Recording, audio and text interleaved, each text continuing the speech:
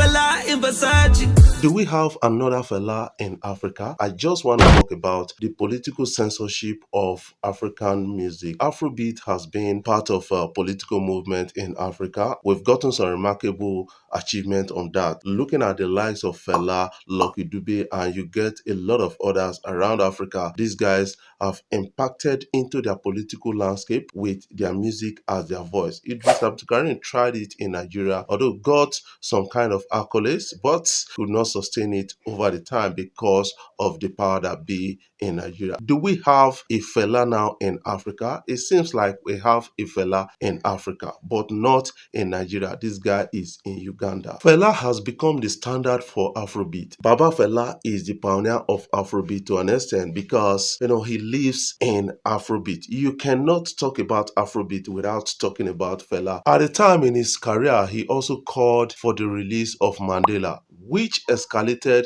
in Nigeria and some African countries at the time. Right now, a lot of people are now enjoying the shadows of Fela, but you need to understand that he gave his blood for this struggle. In Uganda, we have a particular Fela really coming up. This guy is a young Fela in Versace. Can you put Fela in Versace? That is another question we have to ask ourselves. AKA did a song on that and it trended, but it's not easy to put Fela in Versace because Fela saw luxury as weakness. Bobi Wine is one of the biggest artists in Uganda. This guy has used his platform and his voice for the emancipation of people of Uganda at the time. He earned him a lot of bully, a lot of assault, from the political class. That is not deterring this person. He has contested as the president of that country and is getting a lot of support from the young people of that country, which is an intimidation for the president of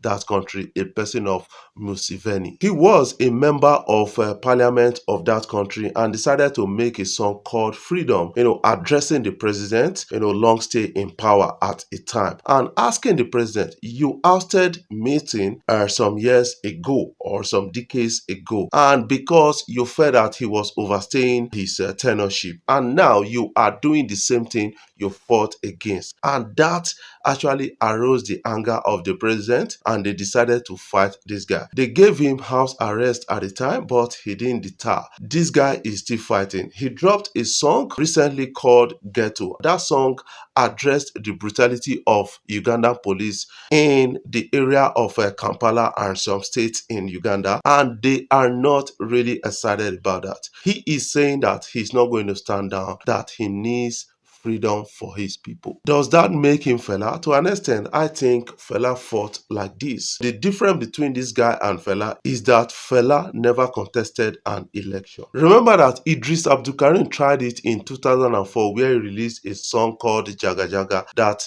got Mr. President at that time, Olusegun Obasanjo, angered at a time like that. And a lot of people decided to say, Idris, you have to run for your life. Why Idris was obstinate about that? He was invited by Olusegun Obasanjo, warning him to stop, putting Nigeria in a bad light. But Idris was stubborn about it and decided to go back home and said everything he was told by President Olusegun Obasanjo and put the song out there. Mr. President chased Idris out of the country. I remember that time Fela's son also was chased out of the country. That is a person of Femi Kuti. He dropped a song addressing the situation of Nigeria. Everything stems from what Fela stands for with his platform and his music or his voice. I saw this article. South Africans are trying to figure out why Nigerian artists are more successful on the continent as a result of some certain things they are not really doing. That is what I can really say. And a lot of people are looking at population, they are looking at Nigeria lifestyle and all those things. Apart from those things, they need to understand that series of posts have come out there that Nigerians are offering advice to them. But the way some countries are pursuing it, they are doing it unheadily. They don't care about the emotions or reputations of person involved. They just want Nigeria out of it instead of them to focus on building their capacity. That is what I don't really like about those countries. A lot of people in South Africa, they are really asking this question and doing the right thing. And I think we have to talk about it right now. Looking at the successes of the likes of Burna Boy, Whiskey, Davido, Rema, Irasta, a lot of others, you will get to understand that yes, the Nigerian music industry is about the largest music industry in Africa. That is one thing they need to understand. I'll bring out a particular point that Nigerians are really good at.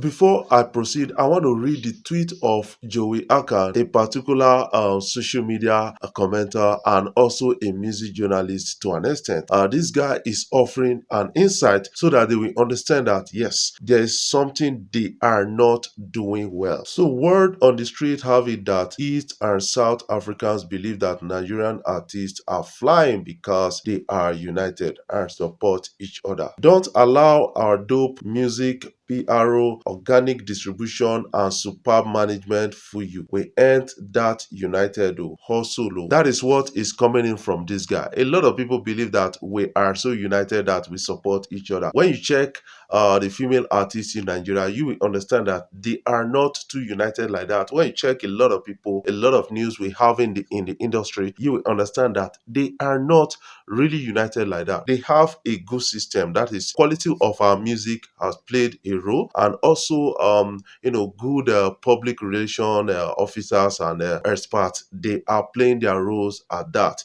Show promoters are really investing a lot of energy and resources in pushing artists out there. And also we need to understand that yes, this system was built over time. It was not built within a short time and we expected results about it. We invest so much money in making music, like making music videos. Some people are paying as much as $100,000. That is about 120 million naira just to make a music video, and that is translating into what you've seen in the music ecosystem in Nigeria. And then because of this huge investment by show promoters, by musicians, by managers out there, foreigners are really interested in investing in our music sector. And that is why you find the likes of Apple Music coming into Nigeria with their own investment plan.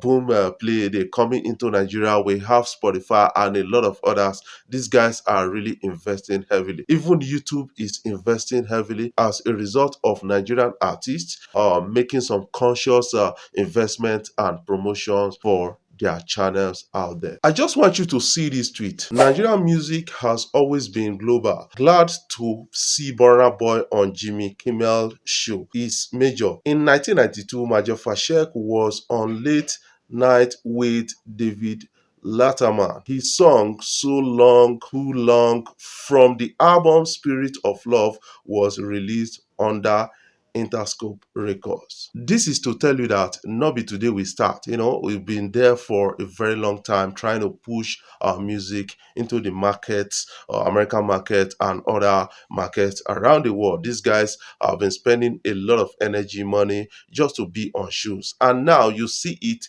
being translated into the lives of Burna Boy, Whiskey, Davido, Irasta, Rema, a lot of others, Kiss Daniel, and you are envious about it. You should start making conscious investment about the whole thing.